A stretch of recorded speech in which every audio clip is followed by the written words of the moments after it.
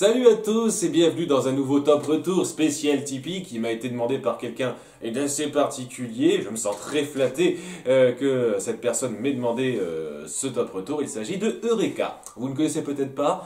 Eureka, c'est un chanteur slammer qui a fait pas mal de musique, donc a composé pas mal de musique et qui a quelques-unes de ses chansons sur son compte officiel YouTube. Je vous invite vraiment à y jeter un œil parce que ça vaut le détour. Et c'est vraiment de la qualité. Il y a de la poésie, c'est du texte vachement recherché avec des airs qui sont un peu simples mais qui sont très efficaces. Il y a vraiment quelque chose de poétique là-dedans très fort. J'ai découvert ça alors qu'il m'a proposé ça et je me sens super flatté qu'un type aussi, aussi talentueux participe au soutien de ma chaîne. Je vous jure, ça me fait quelque chose. Je considère quand même que j'ai énormément de chance par rapport à d'autres gens qui ont moins de vues que moi. Je veux dire, rien que dans les personnes que je suis, il y a Indeserto qui traite de sujets philosophiques, qui a un texte mieux recherché que le mien, qui a vraiment quelque chose dans sa présentation qui marche très bien et qui, en termes de qualité, est clairement au-dessus de moi, je trouve, qui a moins de vues que moi et je trouve ça dommage.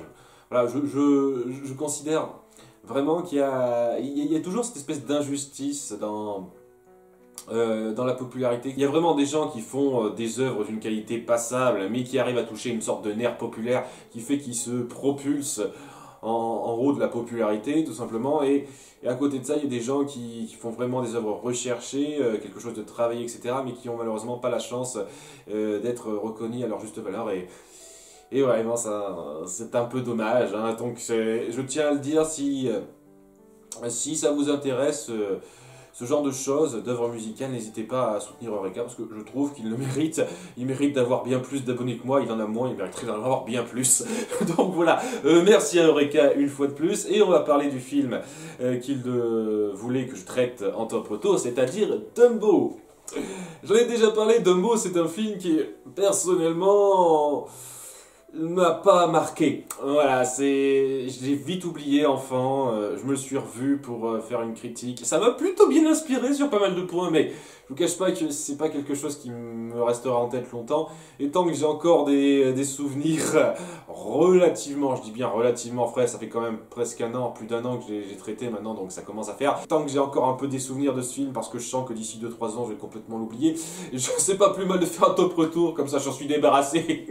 Excusez-moi pour les fans du film, parce que je sais qu'il y en a, je sais que c'est considéré comme un classique Disney, ça fait pas pour moi. Voilà, c'est correct sur le principe, mais le gros problème vient surtout de l'aspect cartoon enfantin qui me gêne un petit peu, pour plusieurs raisons. D'une part, parce que j'aime pas le cartoon à la base, mais c'est parce que c'est très enfantin. Voilà, si je fais la comparaison avec, je sais pas moi, la balade des Dalton que j'ai traitée il y a quelques temps, la balade des Dalton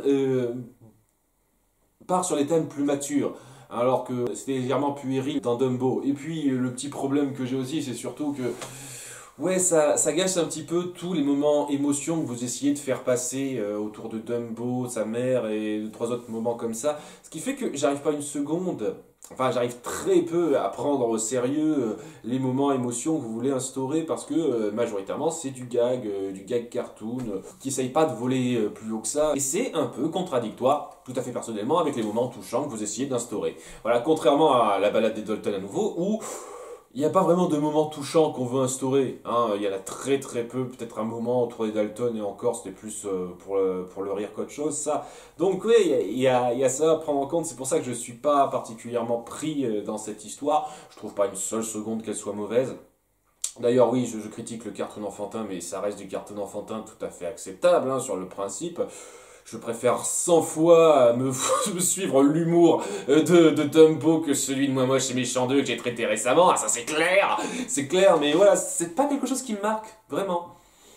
Et donc, ouais, étant donné que globalement le film se résume grandement à ça, avec des personnages qui, pour ma part, n'ont pas un développement particulièrement frappant, ça fait qu'il n'y a pas beaucoup de choses positives que j'ai à dire là-dessus. J'ai pas beaucoup de choses négatives non plus. C'est comme d'autres films que j'ai déjà traités avant en top retour, c'est-à-dire que il n'y a pas grand-chose que j'aime pas, il n'y a pas grand-chose que j'aime particulièrement non plus. Vous voyez, c'est un peu le topo. Et donc, ouais, j'ai toujours une petite gêne quand je traite ces films-là en top retour parce que j'ai le sentiment de décevoir les personnes qui attendent de moi que je dise du bien des films qu'ils aiment et tout. Et moi, je vais dire du bien, bien entendu. J'ai quand même quelques bons trucs à dire, mais je vais pas aller très loin parce que justement, c'est un film qui reste sur une ligne moyenne la grande majorité du temps et qui ne m'aura pas marqué particulièrement. Mais à nouveau, hein, ce n'est que mon avis, hein, je le redis une énième fois. Et je vais quand même faire de mon mieux pour être positif tout le reste de cette vidéo, parce que quand même, faut pas exagérer, hein, je suis pas là pour me plaindre. En avant pour le top 6 des meilleurs points de Dumbo. Les braves gens sont tous couchés, mais nous prenez la pauvreté. Numéro 6, quelques moments gags fugaces. Je sais que ça peut paraître un peu bizarre, étant donné toute mon intro où j'ai médit de l'humour cartoon de ce film, mais cet humour cartoon a quelques petits moments de fulgurance de temps en temps qui font que ça arrive à me faire sourire tout à fait sincèrement et que je peux pas nier non plus. Ce sont des petits moments cartoon rapides, efficaces qui ponctuent bien le film à plusieurs moments. Mes moments préférés seraient sans doute autour de la réaction des corbeaux avant que Timothée se lance dans son discours larmoyant au violon. Et c'est là que ça devient super marrant, mais avant ça l'était quand même un petit peu. Hein, après, à nouveau, je parle pas des trucs qui me font marrer, mais qui sont pas censés être drôles. Hein, c'est pour ça que j'ai pas compté la mort de Ray dans La Princesse et la Grenouille. Je trouve qu'il y a quand même des moments de réaction très efficaces, très bien gérés autour des corbeaux en termes d'humour. Et petite touche personnelle, le truc qui m'a le plus fait rire sur le coup, c'est le passage où Timothée utilise une larme de Dumbo pour le laver. Alors, ça c'est de la créativité comme j'en ai jamais vu ailleurs. Vraiment, parce qu'il y a beaucoup d'humour cartoon. J'ai l'impression que même avant cette époque-là, c'était déjà fait. Je pense vraiment, mais ça, jamais vu pour moi. Et sur le coup, ça m'a pris par surprise. Et je trouvais que c'était vachement efficace. Là, ça m'a bien fait rire sur le moment. Ça reste pas grand chose parce que c'est vraiment des petits moments ponctuels du film, mais ça reste quand même un petit quelque chose qui mérite d'être noté. Numéro 5, l'idée de la plume placebo. Ça va être un de ces points dans cette liste que je vais plutôt vanter par rapport à leur concept que par rapport à leur exécution. Parce qu'il y a une ou deux autres fois où ça va être le cas. Et ouais, j'aime beaucoup l'idée de cette plume placebo. L'idée de faire croire à Dumbo qu'on a un truc magique qui lui permettra de voler direct et que ça lui donne le courage de le faire. Je trouvais ça très bon sur le principe. Ça joue sur le fait que c'est un enfant qui a encore besoin de croire en quelque chose, de s'appuyer sur quelque chose, parce que oui, avoir confiance en lui-même, c'est difficile. Et le fait qu'à la fin, il apprenne à s'en servir, à voler sans utiliser de plume comme ça, puisque c'était juste pour la frime, c'était juste pour lui donner l'élan, c'était intéressant. Le gros problème, c'est que l'exécution est trop rapide. J'en ai déjà parlé, mais la façon dont il apprend à voler, qui va super vite, et la façon dont il apprend à se passer de la plume à la fin, c'est expédié, c'est vraiment dommage, parce qu'il y avait moyen de jouer sur la psyché de Dumbo, qui était intéressant. Malheureusement, c'est pas le cas et c'est vraiment dommage. Mais je veux pas nier une seule seconde que c'était une très bonne idée et que si elle avait été bien exécutée, ça aurait été quelque chose de très fort. Numéro 4, j'ai jamais rien vu d'aussi marrant Que de voir voler un éléphant. La seule chanson du film qui m'est marquée, je le redis, les autres ont complètement oublié leur air, je m'en souviens plus du tout. Mais voilà, celle-là, elle me reste un peu en tête, elle est entraînante. Et j'aime beaucoup l'idée qu'on joue sur le changement de ton en conservant les mêmes paroles. Au début, les corbeaux se moquent de Timothée et de son idée farfelue. Et c'est le principe de la chanson. Et à la fin, lorsque Dumbo vole, ils disent la même chose, mais c'est dans un sens complètement différent. J'aime beaucoup le principe de reprendre les paroles d'une chanson dans un nouveau contexte. C'est un truc, je pense que c'est genre un de mes points préférés du film Coco. Quand il y a une chanson qui semble dire quelque chose et que plus tard on reprend les paroles telles quelles et ça veut dire tout à fait autre chose. Je trouve ça très intelligent et ça peut être très touchant quand c'est bien fait. Alors c'est clairement pas aussi touchant que dans Coco, hein, la chanson des corbeaux, mais c'est quand même très efficace là aussi dans ce que ça veut faire passer. J'ai beaucoup aimé ça. C'est entraînant, ça joue beaucoup sur l'évolution de la situation de Dumbo. C'est un très bon moment de chanson qui fait bien progresser le personnage. Numéro 3, l'univers du cirque. Par moment. Oui, on va éviter de parler des clowns complètement bébête et soulard, hein, c'est pas un truc très intelligent. Mais j'ai bien aimé le fait qu'on dépeigne tous ces pans du cirque avec les différentes organisations, la personne en charge, tous les types d'animaux qu'on peut y voir, et l'organisation, comment ils montent leur tente, etc., etc.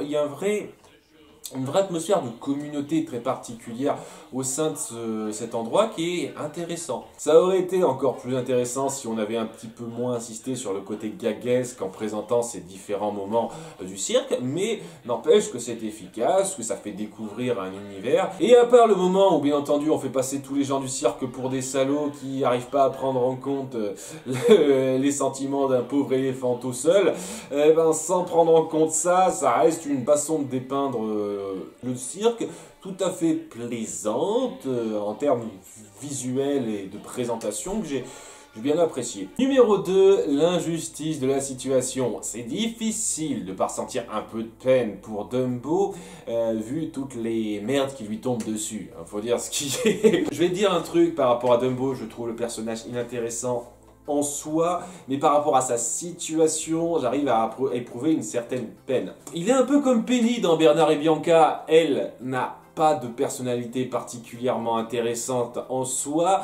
mais toute la situation assez tragique, dramatique qu'elle vit nous fait avoir un peu d'empathie pour elle. Et c'est un peu pareil avec Dumbo.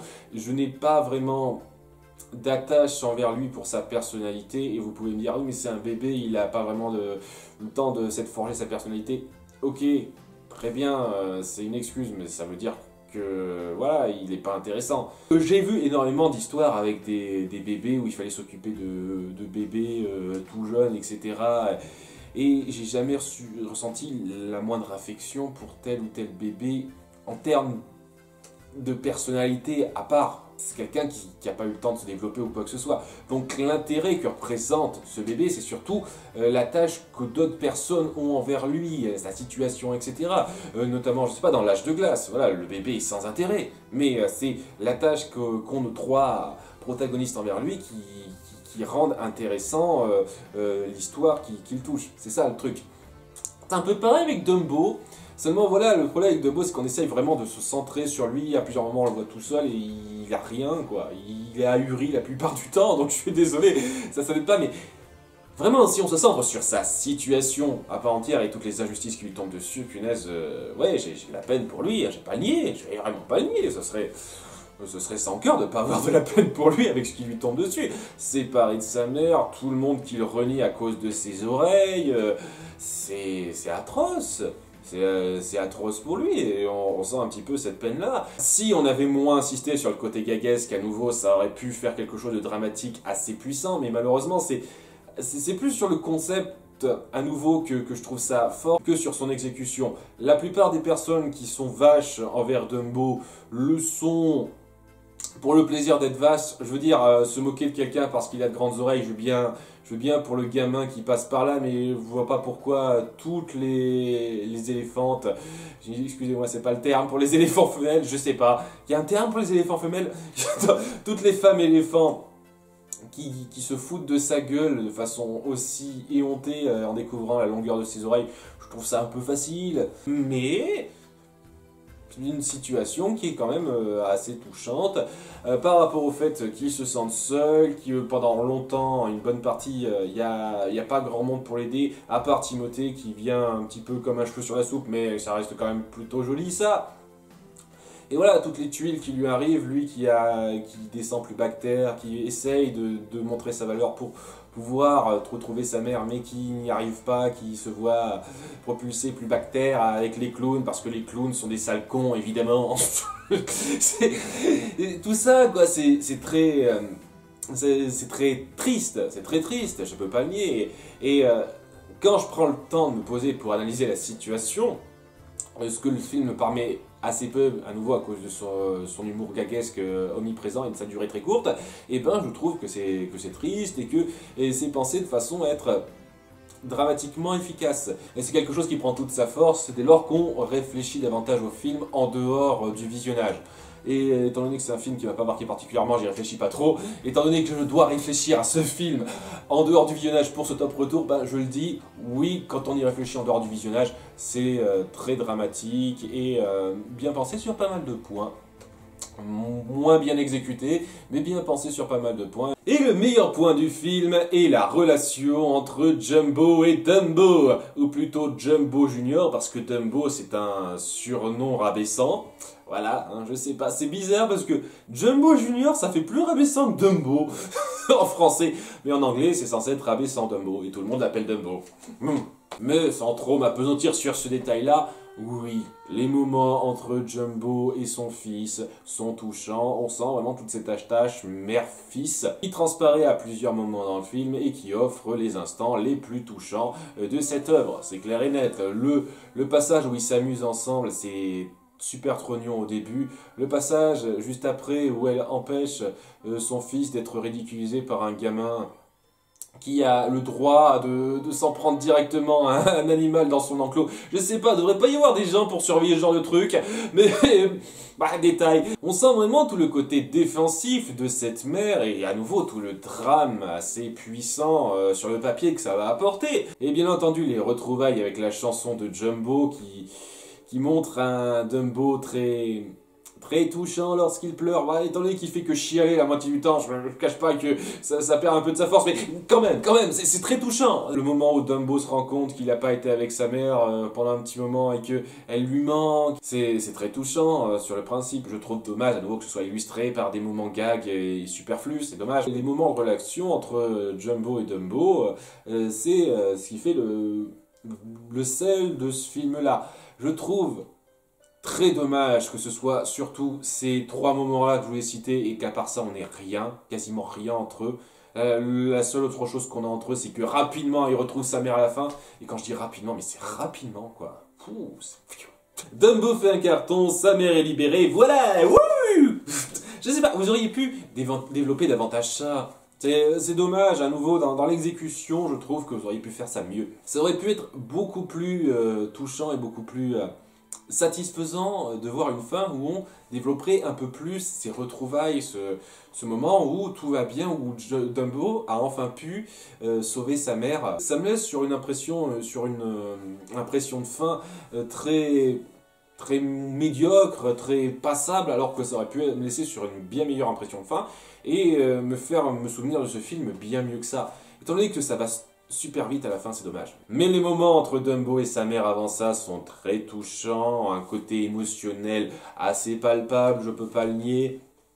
Et ça reste une relation mère-fils très satisfaisante pour ce que ça a voulu montrer. Malheureusement moins efficace que la relation entre Bambi et sa mère, et c'est un peu ce qui plombe légèrement ce film davantage, parce que voilà, on a fait mieux juste après, hein, ça n'aide pas, mais oui, intrinsèquement, c'est une très bonne relation mère-fils que j'ai pris plaisir un petit peu à suivre.